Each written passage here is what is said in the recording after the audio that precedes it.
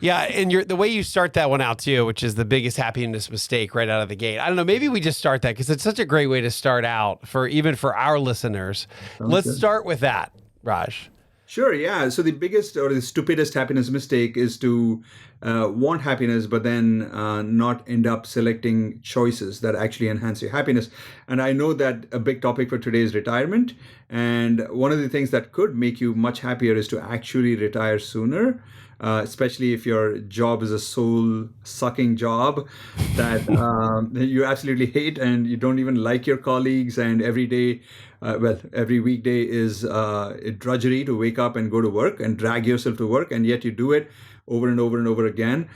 So the happiness maximizing thing to do clearly might be to retire early. I'm not saying that for every single person that would be the answer, but it could be for you, and yet you keep postponing it. And you don't even know why. I mean, it's just that inertia, right? And sometimes it's inertia, sometimes it's ego, sometimes it's value for money. So we tend to prioritize things that are lower than happiness, and we acknowledge that the highest goal is happiness, and yet we tend to sacrifice happiness for the sake of these other goals that are lower. I think Raj, one way you articulate this is that if the big this grave mistake that we make is that we know what makes us happy, but we don't do them.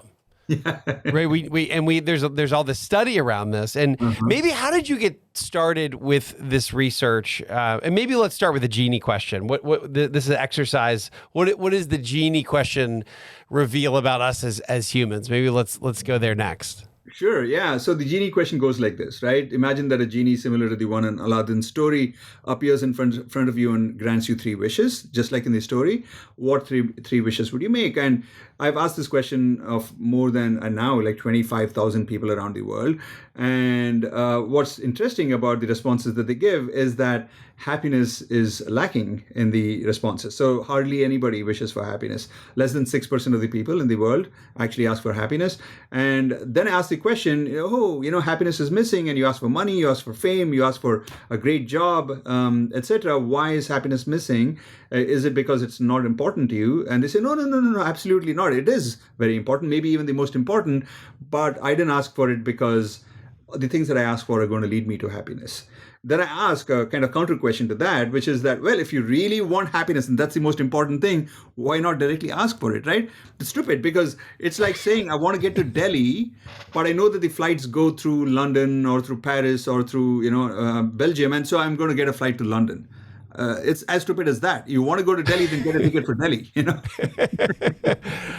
So the genie exercise, and how many years have you been doing this? And I'm fascinated with the mechanics of doing this. You're going out in multiple years and asking the same question, and you've been, maybe give me the mechanics of doing this study. I love it. Really, out of the 25,000 people who have filled it, a vast majority of them are my Coursera students. So I have this course online. It's called A Life of Happiness and Fulfillment. It's on Coursera, which is this MOOC, as it's called, platform, massive open online course platform.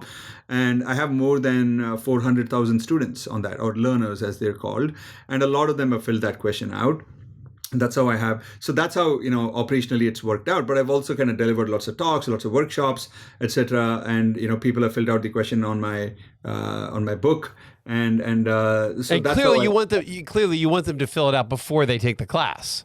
Right. I do want them to, because I want to show them that they're committing this stupidest happiness mistake, right? If I just tell them that you're prone to doing this, people might be, oh, no, not me. I would ask for happiness. I always prioritize happiness. And here it is, I'm giving it to them on a golden platter, right? I tell them that the genie is all knowing, all powerful. It can give you anything that you want, wish for anything. And yet, most people don't. And here's the kicker, right? So, Wes, if I tell them before I ask the genie question, or, actually just after I ask the genie question, I tell them that, so you can ask for anything that you want. So don't restrict yourself. You can ask for money, you can ask for happiness, you can ask for a trophy spouse, whatever it is, no limits. And I mentioned happiness as one of the things that can ask for. Guess what? The number of people who ask for happiness shoots up. So it's not as if people come up with a story that I did not have happiness on my list because I asked for things that gave me happiness. That's their theory for why happiness was missing on their list. But really, the big reason why it was missing is that it did not even occur to them that they could have asked for happiness. See, that's the reason why they make the happiness mistake, is that at some level, it's the most important thing. But as we go about our daily lives, we get distracted by other things and we forget what is truly deeply most important. And so we get distracted away from happiness to prioritizing other goals. I love that. I love that you mentioned you can ask for anything. You can ask for money or a trophy wife. Or spouse. I said spouse. Trophy spouse. There's a reason that you get voted as such a high public speaker. And I want to go back to because I read so many comments about people have really loved your course at Coursera. And tell our audience again what the name of it and what they get out of that. By the way, what do you teach? How long of a Coursera? How many episodes is the Coursera classes? Okay, so yeah, it's called A Life of Happiness and Fulfillment, and it's totally free. By the way, this course. Okay, it's a fantastic initiative started at Stanford University, and now of course Coursera spun off, and it's a for-profit. It's an independent entity. So to your question, it's a little misleading if I say it's 6 weeks long. Really, I mean, you can start the course today and finish it tomorrow if you wish. Okay, yeah. If you just you could binge it. it. You could you could Netflix binge watch. Yeah, binge watch it, right?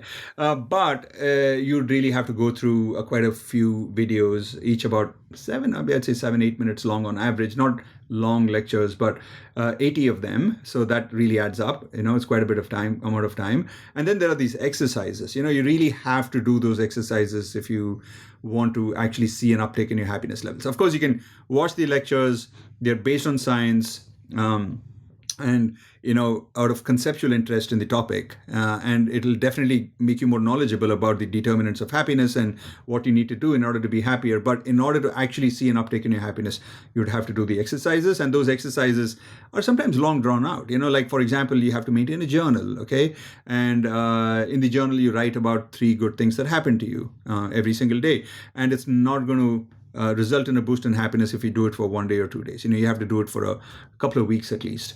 And so that's the idea. So that's what people get out of the course. They gain knowledge and they become happier. Okay, so maybe let's dig into that a little bit deeper. So first of all, how do we find what makes us happy? Maybe some of your top strategies. And I know you cover this in your Coursera. Mm-hmm. So how do we find it?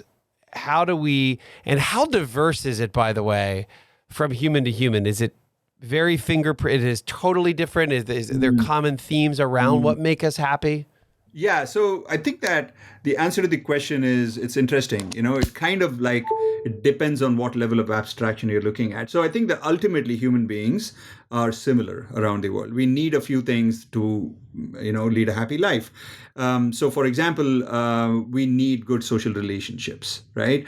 We need some level of some perception that we are competent at what we do. Okay, we need you're saying the dignity of work, if you almost dignity contribution. Of work, yeah, I mean, I think that being competent at what you do might come from other people's feedback on, hey, you're doing great work, right, and you're doing good for society, etc. But it could also come from just knowing that you're doing well because you can see it yourself. Like for example, if you're a musician and you compose a tune, right, you could know that you've composed a good tune. Or if you're playing a tune that already exists, you could know that you're doing a great job of it, even without feedback from other people. But feedback from others definitely helps. Okay, so there's a few things that matter a lot to us. Now, that's universally true, but in the achievement of these important things, there may be variations across people. So for example, relationships are important. For some people that might translate into, okay, I need to have great friends, right? And great friends satisfy my need for relationships. Other people, it might be with a spouse. Still others, it might be with, a volunteering organization that they're a part of, or a team that they're a part of, and so on. Likewise, mastery, right? Or competence, you might aspire to be competent at interviewing people, or this topic of retiring early. For me, it might be as a teacher or as a researcher at the University of Texas, and so on. So the path to achieving these goals obviously is going to vary across the globe, but these goals are universally very, very important for people to be happy. Does it make sense? It does. And so then the nuance, though, of that, how do we find out what the nuance is that, let's just say I know now, my social relationship are very important to my happiness, my competence of my career is hugely important. But then what is the next level of that as an example? How do I dig into getting to that? Yeah, I think that that's where some level of kind of soul searching, if you will, and wanting to become self-aware and introspecting and kind of almost experimenting a little bit, right? So, for example, one of the big topics that comes up, unsurprisingly, in the business school is what sort of career to have. Should I go into finance? Should I go into marketing? Should I, do my own thing and become an entrepreneur? And a lot of times there's a lack of clarity on what one ought to do, and I blame our educational system partly for it. So we're very good at providing, as an educational system, a menu of different things to become expert at, like mathematics and physics and English and so on. But we hardly ever spend any time trying to kind of get people to recognize what it is that they were put on earth for. What is the kind of job or career that would give them a sense of immense satisfaction and a kind of intrinsic motivation to do that job. So quite apart from the amount of money that you get paid and recognition you get, are you really into the job? Would you do this thing even if you weren't paid money? We're not very good at doing that. Yeah, we spend, it's almost like we spent zero time on that, at least in this country. And that's, I think, partially why there's such a rich catalog, if you will, of why we like to listen to psychologists and psychiatrists and people that study this, because the reason there's such an appetite for what you do, and the reason partially why people love to hear happiness research and this this idea you mentioned, soul searching, is that nobody ever really tells you to do that growing up. Is that something that is that pretty universal, or are there some cultures or countries that do a little bit better job than we do here in the U.S. on that? That's a great question. And if you think that the U.S. spends zero time on this, I can tell you that in India, we spend negative time on it. Yeah, what is it like in India? So how many years did you grow up before you moved to the U.S.? I was 26 when I came to Okay, the US. so it's like, tell me about, this is fascinating to me. So it's like, what is it like in India? Where here it's like, well, you should probably be a doctor, but maybe you be a lawyer in the United States. What is it like in India? Okay, so yeah, growing up in India, and I think things have changed a little bit now, but I'm talking about 40 years ago, right? You had like essentially two career paths you could take. Okay, you could become a doctor or you could become an engineer. Okay, and those were the only two things, at least in my community, that were acceptable, more or less, as career options. And so, really, I mean, if you think about it, right? I mean, like, you could be great at music, you could be great at dancing, you could be great at I don't know, making like debating. You could be great as a lawyer, marine biologist, what have you. But no, you had to become a doctor or you had to become an engineer. In a way, it's a little bit clarifying, providing, of course, you have strengths in one of these two, then it just becomes a simple choice, right? You have two channels to watch, ABC or NBC. That's it. You don't have like a plethora of options. So in that way, it's probably easier, but only for the people who had a talent in one or the other. If you had any of the other kinds of talents, I mean, God help you, right? Because you're basically being pigeonholed and thrust into a particular hole or path without you really being intrinsically motivated by it. And that's how it was in India all those years back. Now I believe things are changing a little bit and I can see some of those changes. But your question on which country is the best, I'm not 100% sure, Wes. Honestly, I think it's a problem around the world. There's actually a very good book on this topic. It's called The Element by Sir Ken Robinson, and he's from the UK. And he says that in the UK too, there is this problem, right, of not really kind of exploring this topic of what people ought to be doing and making it part of their education, really. If at some level, this is a much more important question than actually gaining skills. Because if you don't know where you're going, you don't know what skills you need, right? So you're just given a bunch of skills without kind of actually sitting down and thinking, okay, are these skills going to be important? Are they relevant for me? You're being like a bunch of skills are being dumped on you without, even giving you an opportunity to figure out what you want to do. Well, I noticed too, though, you do have a chart on one of your websites around different happiness levels in different countries. And the United States is kind of, where would you say the U.S. is on that chart? I have my own chart. I have to look at it, So basically the chart is made up based on people coming to the website and filling out and figuring out which country they're from. But there are lots of different polls that have been conducted on this, and some of the kind of more popular polls basically find that the Scandinavian countries are among the happiest, and US used to be pretty high. Now it's kind of steadily slipping a little bit, and probably in the kind of low 20s now, the US. Right. I think it was like 21, maybe 24 or 21 is the average, which was seemed a little low. Why are the Scandinavians so happy, for God's sakes? It's okay. That seems to be a little bit of a kind of almost incredulity in your question. How can they be happiest? So I think that it's partly got to do with their social system. Now, these are all conjectures, right? Because they could be genetically happy for all we know. I don't think that's the case, but I think that they have. So first of all, let me just kind of step back a little bit, Wes. Okay, I think to be happy, to be truly quite happy, you don't need a whole lot of things as human beings. Okay, this is one thing that I think that surprises people is that we think that okay, for me to be really happy, I need like $1 million in my bank account, and I need this and that. No, all you need are good, solid social relationships.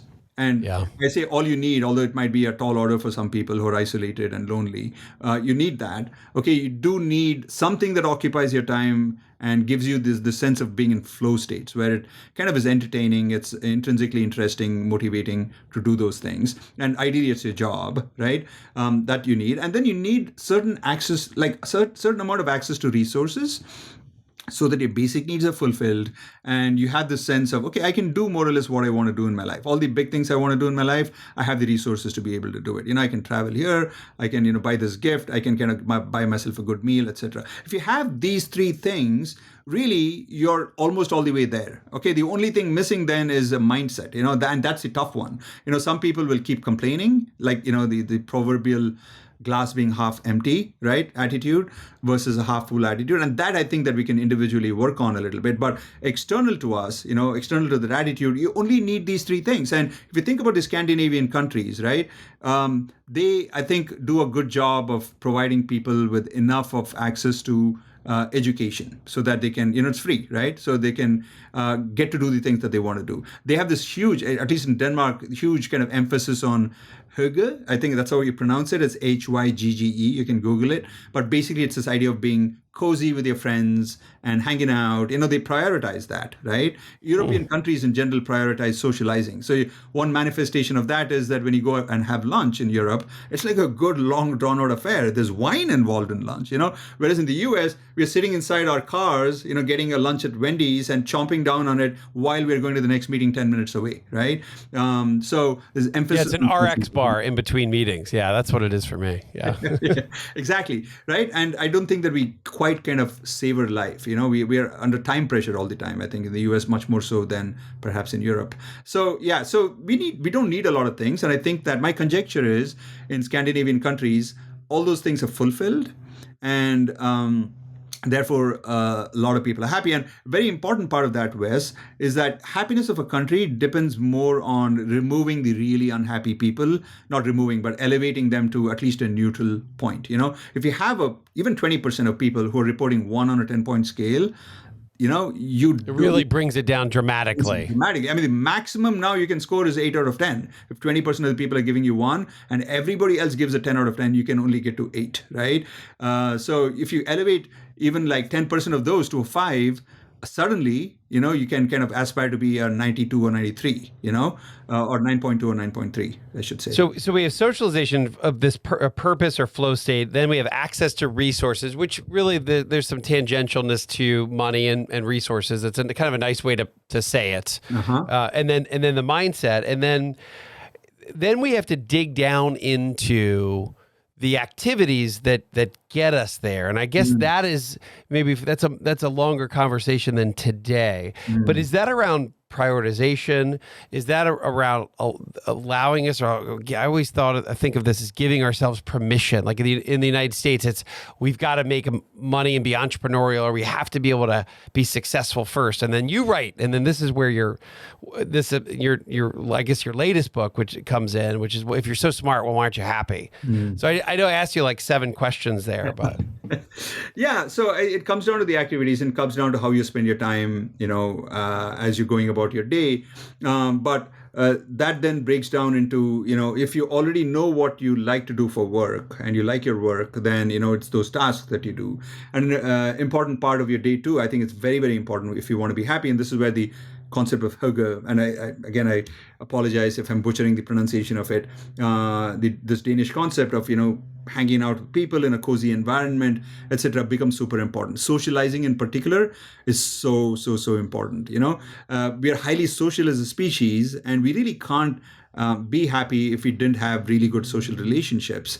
And I think that the Scandinavian countries are very good at that. And unfortunately, in the US and in many parts of the world, loneliness, as it's called, is a maybe even the fastest growing epidemic, particularly among men above 50.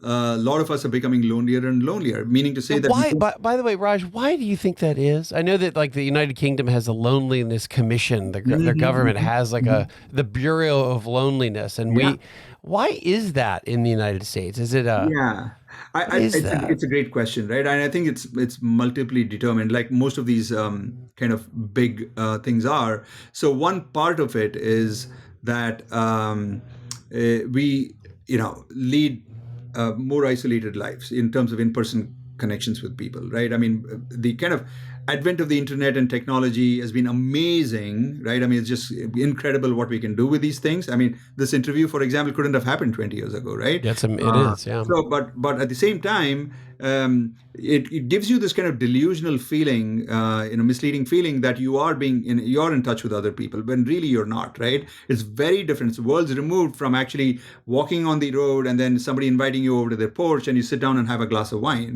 That's more deep, true connection. And this is not that, okay? And so that is one part of it. The second part of it is that I think the fact that we now live in more kind of less dense neighborhoods in suburbia, as opposed to, in more dense kind of buildings downtown, where we just walk out and we happen to meet a lot of people. So the serendipitous interactions that we used to have with people that allowed for organic kind of opportunities of interacting with other people are less frequent now. And then on top of that, you add, at least in the US and many parts of the world, divorce rates are higher, right? And so people find themselves lonely. And, divorce rates are increasing the fastest at older ages now than used to when you're over 50 now. The silver divorce, or the gray divorce, which is, Right. So there's a bunch of different reasons. And men, more than women, tend to be less kind of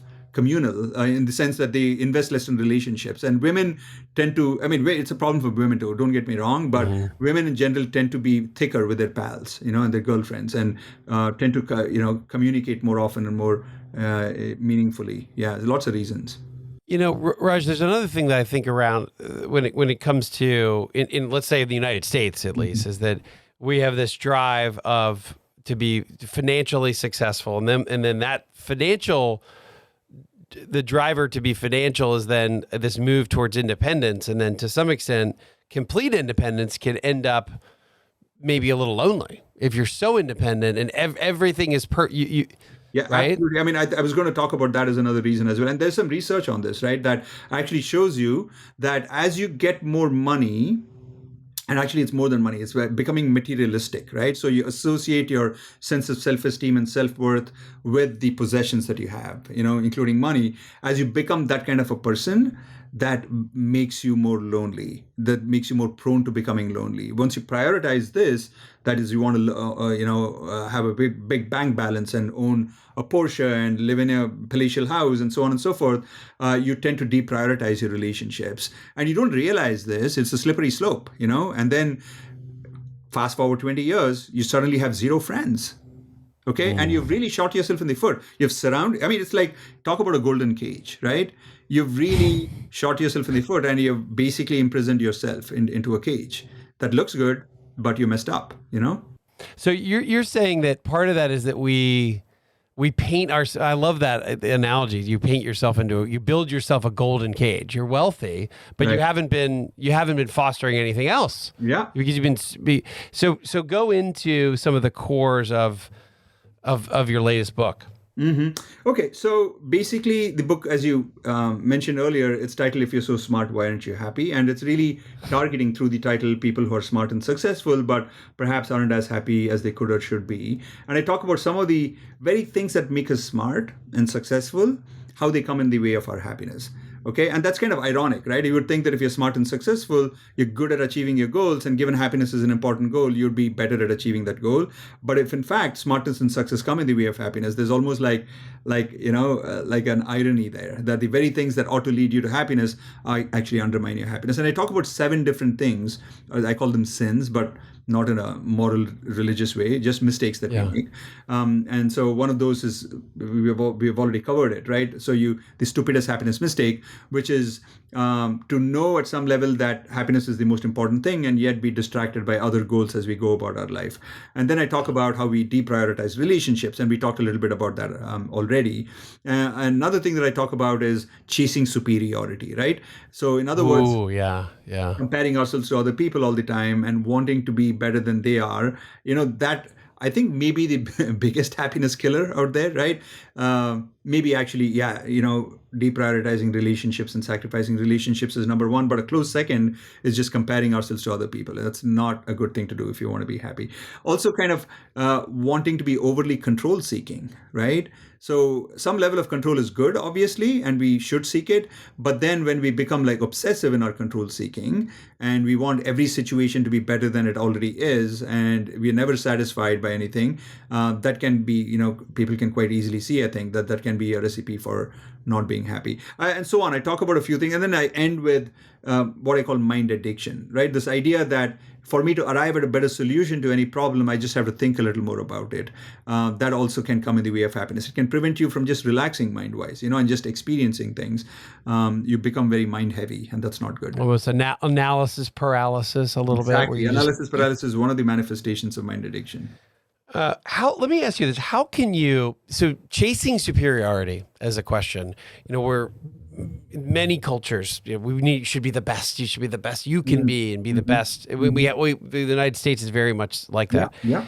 Is there, how do you fix that chasing superiority, which is not that far away from, hey, I want to be the best. Yeah. What's wrong with that? And it's clearly in the United States, like, it's so clear that there's always somebody more successful. There's always somebody richer. There's no way to ever be the top guy ever. Well, maybe unless you're Elon Musk, I don't know. But there's one out of 300 plus million.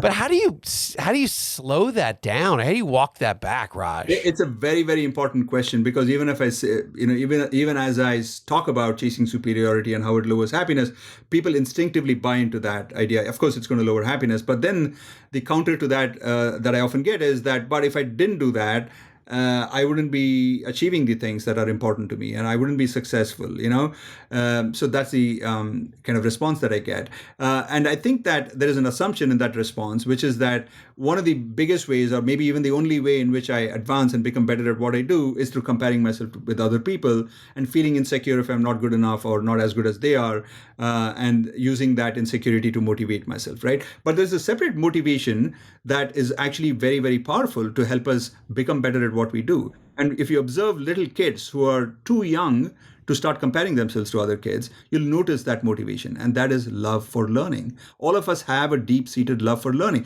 How do kids learn the 2 most important skills ever in our lives, right? Which is learning to walk and learning to speak. It is not through social comparisons.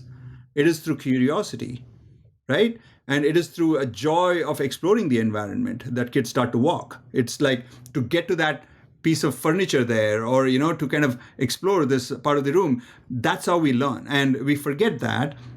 And we end up kind of being indoctrinated often by our teachers and mentors who mean well, but don't realize the negative consequences of one of the strategies that they employ to make us learn, which is to compare us with other people, right? And once we are sufficiently ingrained in that way of motivating ourselves to learn things, it's very difficult to get rid of it. In fact, it happens so subconsciously that we don't even realize that we are that kind of a person. We just constantly compare ourselves to other people.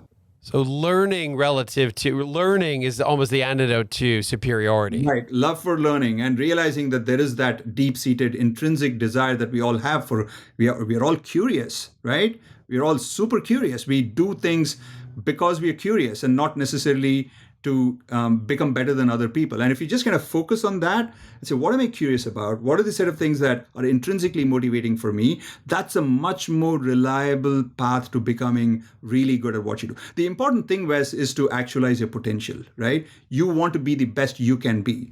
You don't necessarily want to be better than other people, okay? If you focus on being the best you can be, without comparing yourself to other people. I mean, it's going to be impossible not to compare at all, but Sure. lower the amount of time you spend on comparing, you're going to go farther. Because what happens when you compare yourself to other people is that while it might motivate you and light a fire under your backside to go and work, it also dampens your mood. It kind of brings you down emotionally. Now you're not sleeping well because you're jealous, you're envious, and then that reduces your capacity the next day to work well.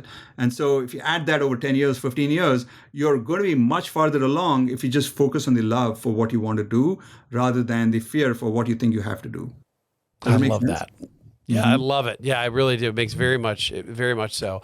And now let's talk about, you've done a lot of research on abundance and scarcity. Yeah. And we do have a heavy financial theme, obviously, on Retire Sooner.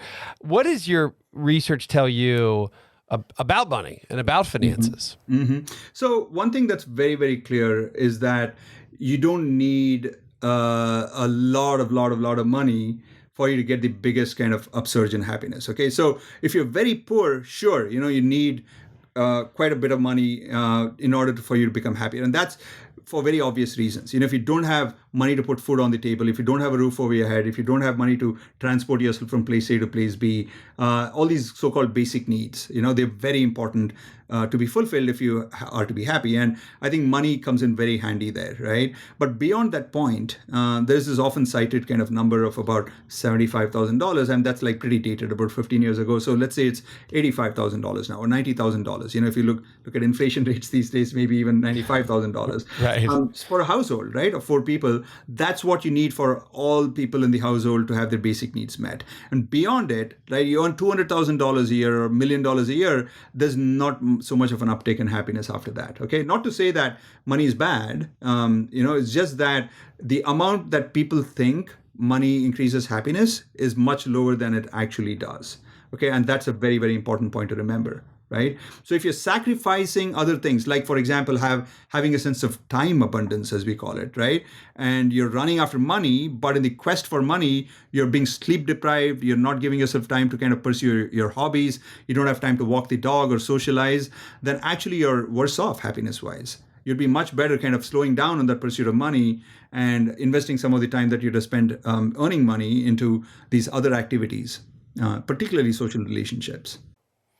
So we do see, though, so really you're and I guess I have seen a similar relationship, and I think of it as almost this money and happiness plateau effect, where you almost get diminishing marginal happiness per new dollars. Yep. But you do kind of got to get to a certain point, is what you're saying. Absolutely. Absolutely. Yeah, I've certainly found that, and I think and you're right. There's been some inflation. I remember I first heard about I think it was the Woodrow Wilson School that did the initial study that came out with 75,000, and then now I've done my own research around that, and it ended up at 86,000, and I've had some various numbers because of inflation over time. But let's get to let's talk about the lottery for a minute. Okay. I always think about how fascinating, and I know there's some shows around people that win the lottery, but I don't know who would win the lottery for hundreds of millions or plus, and then go on television to advertise. I mean, just want to talk about a disaster. Let's talk about this hedonic, the hedonic treadmill. Sure. Yeah. So here's the deal, right? I think that most people understand this, that, if you go from a dark room into a lit room, everything seems really bright and you have to squint your eyes.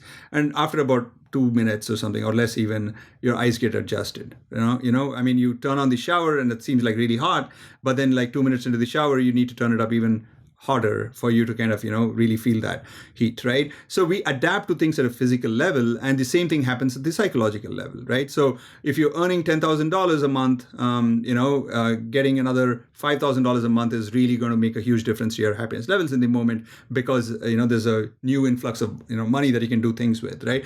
But fast forward 6 months, now you're used to $15,000 a month, and you're not any happier than you were at $10,000 a month.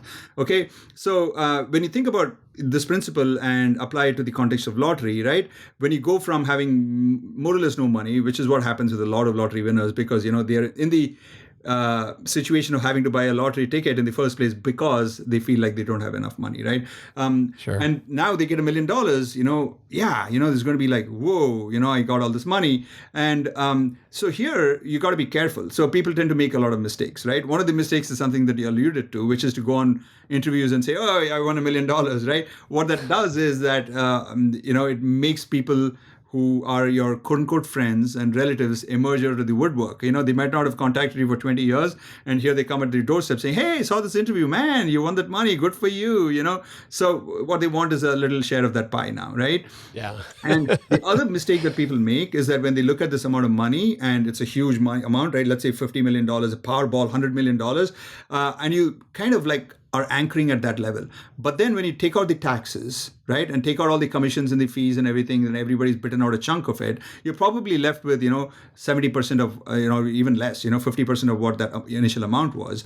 And then if you take all that money and you say, okay, now I have like say $50 million now, and I'm going to buy myself a $3 million home, and I'm going to buy myself a yacht, and then I'm going to buy myself this and that and this, and then suddenly you got like less money, and then you got to remember that this money has got to now last the entire lifetime, right? It's not just this one thing, and you're not going to get $100 million every year. And people make the mistakes of thinking that they have an unlimited sum of money, and so they end up squandering it pretty fast, right? But if they were to distribute it across time, they would be happier. But the biggest thing here is that you get adapted to that new level of lifestyle, right? You're now hobnobbing with the rich and the, maybe not famous people, or at least rich people, and you're able to go to all these kind of fancy restaurants and hotels and things like that. And, the first time, second time, maybe even the 10th time that you go to these places, you're still kind of able to compare this to what you had earlier, which was much lower. But then come the 100th time, it's no different. And now you're irritated by other things, right? That the waiter is not respecting you, or is not quick enough, right? All these kind of so-called first world problems, right? So in other words, hedonic adaptation is a huge deal, right? In order for you to be happier, it can be a big drag. Now, some people say that if only we didn't have it, right? But that's not the right way to look at it either, because hedonic adaptation, remember, is really there because otherwise, if we get negative things in our life and we never adapted to them, think about it, right? It would be a nightmare, right? Oh, exactly. Yeah. So you do need the hedonic adaptation. Let's say that, God forbid, and this happens to everybody, right? You slow down, you have health issues, physical ailments, and you never adapted to them, you'd be depressed for the rest of your life, right? So it is important. It's a double-edged sword. On the one hand, it is very useful for negative events, but it is true that for the positive events, it is not very good. So that's why it becomes all the more important to remember that to be happy, we don't need a lot, right? We need something interesting to do, relationships, and some level of autonomy. Statistically, do lottery winners as a group, do they end up in? I've definitely read that many people do end up running out of money. Now that may be the old school lottery when it was only $1 million or $2 million. Today, the lottery is, you hear about 300, 500, 800 million. Like I can't imagine those people actually running out of money. But is there studies that show that their happiness levels end up lower in the future, or not so much? Yeah. So, the classic study on this did show that their happiness levels definitely decreased over time. So much so that it became basically almost the same as the happiness levels of paraplegics, people who have like paralyzed, right? So if you imagine a graph in your head, Wes, with time on the x-axis, right, and the event on the y-axis. So lottery winners, they go high over the neutral point as soon as they win, right? And it lasts for a while, 2 months, maybe a year, and then it slowly comes down, right? Paraplegics, they become, paralyzed, and then their happiness levels are obviously lower. And then over time, though, slowly it catches up, and they get back to where they were almost before they were paraplegics. And it's kind of perplexing for a lot of people how this can happen. But that's where, again, hedonic adaptation is such a strong force, It's unbelievably strong, right? What happens is you got to kind of remember that daily life has a huge impact on our happiness levels. And if you're a paraplegic, you're inside, you're caught in a wheelchair, for example, you have to kind of transport yourself, you adapt to it, right? And then on top of it, what happens is other people are kinder to you now, right? And now you probably have more time on your hands because you can't kind of drive anywhere or not drive as much. And so people come to you and there's more time to socialize. So there are factors that happen in your daily life that kind of compensate for the negativity associated with becoming kind of terminally ill at some level, having a condition that lasts for your lifetime. And likewise, there are factors that dampen the happiness of winning a lottery. It is pretty amazing. It is pretty fascinating, and I guess I had read that, but it's been a very long time. But it really goes back to this hedonic adaptation is such a powerful force. To your point, so as we're running out of time, can we talk about music and the impact of happiness? And what is this? Where did this come from? Oh, that's amazing. Or is that real? Is it real? Is there? I've never studied that, so I've never studied the relationship. Have you? It absolutely is real, right? It absolutely is real, and you don't really have to look at the research for you to kind of find out that it's real. It does affect your mood. It's one of those things that is a big mood influencer and in general a mood booster because you don't listen to music unless it makes you feel good, I think, for the most part. And by good, I don't necessarily mean only happy. I think sometimes we feel sad and we want to hear kind of affirmation of that sad. You have a breakup, for example, right? So listening to songs that talk about breakups and what another person went through when they went through a breakup and what it made them feel affirms what you're going through right now and makes you feel like makes you feel seen and heard and makes you feel like you're not isolated in what you're going through. And I think it's a very important thing. So I say makes you feel good in a broad way. I think music is super important. And we know this. But I think that maybe what we don't quite know is exactly why. Okay. Yeah, that's why it's fascinating. It's fascinating. And, so there are obviously kind of centers in your brain that process music and, we know that. But beyond it really, we don't have a huge amount of clue. And it's not even clear that we are the only species that enjoys music. Other species like dolphins you tend to kind of sing songs, or whales, So, here we get into, okay, what is music and what's not? What's the boundary between the two, right? Can speech be music? No, it's not clear, right? And so there's got to be some level of tonal variations in the thing, I suppose, and you have to hit certain notes repeatedly for it to be a song, etc. But yeah, so it is a fascinating thing. So short answer to your question, yes, music is maybe the single most prevalent mood booster. So I sometimes do these kind of little surveys where I ask people, imagine that you're not feeling good and you want to boost your mood. What is your go-to activity? And music emerges as number one. Listening to songs emerges as number one. Wow. Well, we need to play more music on the Retire Sooner podcast. It sounds like, well, I don't know if I've seen, it's funny. It's by the way, what is your favorite instrument, either to listen to or to play? So I used to play the drums, just cool. the acoustic drum set back in India. And now I have an electronic drum set that I haven't touched for 10 years. I need to go back to it. It's a hobby that's waiting for me, But I think that my favorite is the guitar. And this is such a kind of uninteresting answer, probably the most popular instrument in the world, right? But I think there is a reason why it's popular. I think it's so versatile and it's so good to hear. And, you can play the rhythm, you can play the lead, you can play the bass. I personally like the, just chords, rhythm and lead. So that's what I like to listen to. Yeah. Yeah, I love it. I actually started playing guitar only a couple of years ago.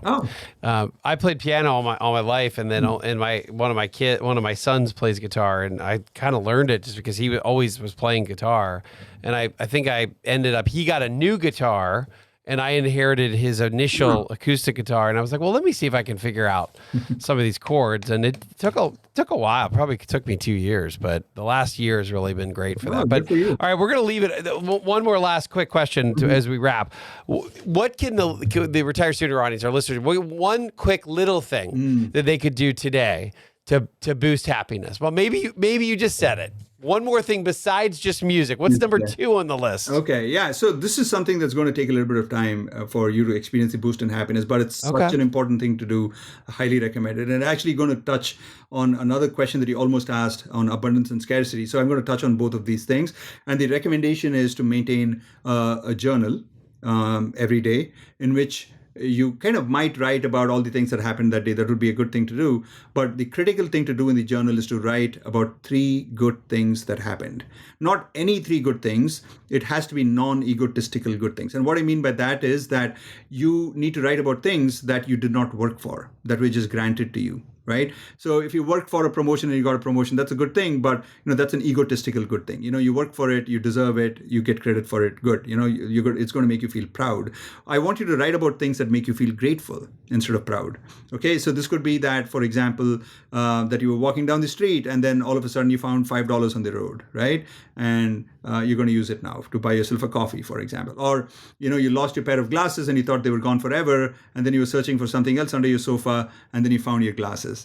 So things like that you did not really work for or you did not expect, and you got it. If you write about these things, what it does is over time, Wes, it nudges what I call or nurtures an abundance mindset in you. Okay. And the idea of an abundance mindset is that you believe deep down that the world is a good place and your life is overflowing with joy and good things. You're in a place of abundance.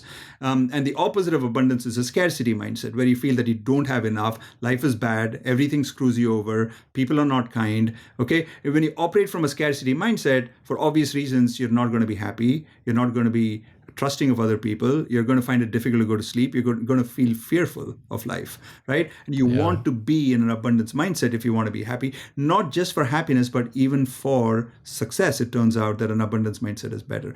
And, we don't have the time to cover why that is the case, but let me just stop there and say that, if you can maintain a 3 good things journal, what it does, it reminds you on an everyday basis that good things are happening. And people might struggle with this initially and say, oh, I really did not have anything good happen to me, right? So what I suggest is for people to kind of, as they're going about their day, okay, take out their phone if they have a phone. Most people have phones these days, right? And just note all the good things that happen, even if it's like a very small good thing. Like, for example, you go to the grocery store and you find a good parking spot. Okay. Yeah. Okay, cool. Yeah, right. Yeah. Little things like that. Or, you find a parking spot that's far away. That's also a good thing because you might have a goal of walking 10,000 steps. And now this is enabling you to get a little closer to that goal, right? Or you go to the grocery store and you find a brand that you've not encountered for 20 years. And you used to like that brand and all of a sudden. Oh, I remember. Yeah. The original GIF is back. Yeah. Raj, so great today, man. I know why. I can see why you're such a highly ranked speaker. Because you're a lot of fun to talk to and listen to, and I love the research, and there's a lot of actionable things too today that you shared with our audience, and we're gonna leave this. I know our listeners are gonna leave a little happier, a little better about maybe increasing happiness over the coming days and weeks, and I would just say thank you so much for your time today, man. Thank you very much, Wes. I really enjoyed conversing with you as well. And let me reciprocate this kind praise that you showered upon me. I think that this was an amazing interview. You have a very good energy about you that I love. And I really loved every minute of this. Thank you very much.